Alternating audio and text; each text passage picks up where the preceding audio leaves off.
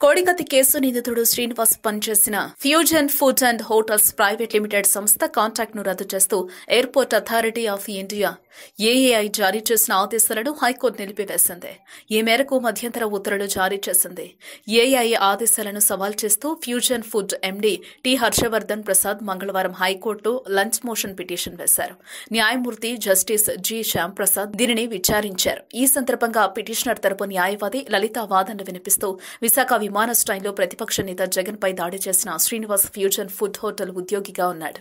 ఈ దాడికి పిటిషనర్ కు ఎలాంటి సంబంధం లేదు. ఆయన నిబంధనల ఉల్లంఘన, దుష్ప్రవర్తన తదితర కారణాలు ప్రస్తావిస్తూ హోటల్ కాంట్రాక్ట్ ను రద్దు చేస్తూ గత నెల 18వ తేదీన ఏఐ ఏకపక్షంగా ఆదేశాలు జారీ చేసింది. దాడి జరిగిన రోజు ఉదయం 11:30 డ్యూటీ ముగియడంతో నిందితుడు శ్రీనివాస్ వెళ్లిపోయాడు.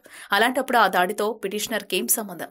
నిందితుడు దాడికి ఉపయోగించిన వస్తువు కూడా హోటల్ కి సంబంధించింది కాదు. ఒప్పందం మేరకు 180 రోజుల ముందుగా నోటీసులు ఇవ్వాల్సి ఉండగా ఏఐ వాటిని పట్టించుకోలేదు. పిటిషనర్ సంస్థ సిబ్బందిని రకరకాలుగా వేధిస్తున్నారు. వారిని విమానాశ్రయంలోకి అనుమతించడం లేదు. హోటల్లో 24 మంది పనిచేస్తున్నారు. వారి భవిష్యత్తును దృష్టిలో పెట్టుకుని ఆలోచించాలని అభ్యర్థించారు. ప్రతివాది తరపు న్యాయవాది వాదనలు వినిపిస్తూ ఫ్యూజన్ ఫుడ్ హోటల్ ఒప్పందంలోని నిబంధనలను అతిక్రమించింది. ఇదే శాంతి భద్రతలకు సంబంధించిన వ్యవహారం. ఒప్పందం మేరకు ఇలాంటి నిర్ణయం తీసుకోవాల్సి వచ్చింది. ఆర్బిట్రేషన్ క్లాజ్ ఉన్నందున పిటిషనర్ ఆర్బిట్రేషన్ కోర్టుకు వెళ్లాలి. హైకోర్టులో రిట్ పిటిషన్ దాఖలు చేయడానికి వీల్లేదు అని తెలిపారు.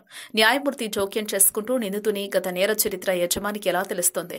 బస్టాండ్లో ఉద్యోగి ప్రయాణికులపై రాయి వేస్తే సదర్ రవాణా సంస్థ యాజమాన్యంపై చర్యలు తీసుకుంటారా అని ప్రశ్నించారు. రెండు పక్షాల వాదనలు విన్న అనంతరం ఫ్యూజన్ సంస్థ కాంట్రాక్ట్ ను రద్దు చేస్తూ ఏఐ జారీ చేసిన ఆదేశాలను హైకోర్టు నిలిపివేసింది. ఈ మేరకు మధ్యంతర ఉత్తర్వులు జారీ చేసింది.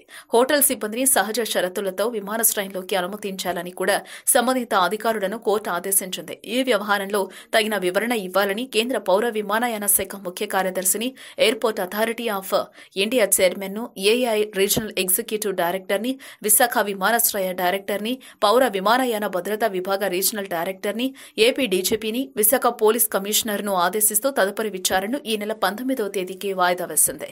వార్తావాణి న్యూస్ ఛానల్ ఎప్పటికప్పుడు రాజకీయ, సినీ విశేషాలు, స్పోర్ట్స్ మరియు సాంకేతిక పరమైన మరెన్నో విషయాలను మన ముందుకు తెస్తుంది. మరింత సమాచారం కొరకు వార్తావాణి న్యూస్ ఛానల్ ని సబ్స్క్రైబ్ చేయండి.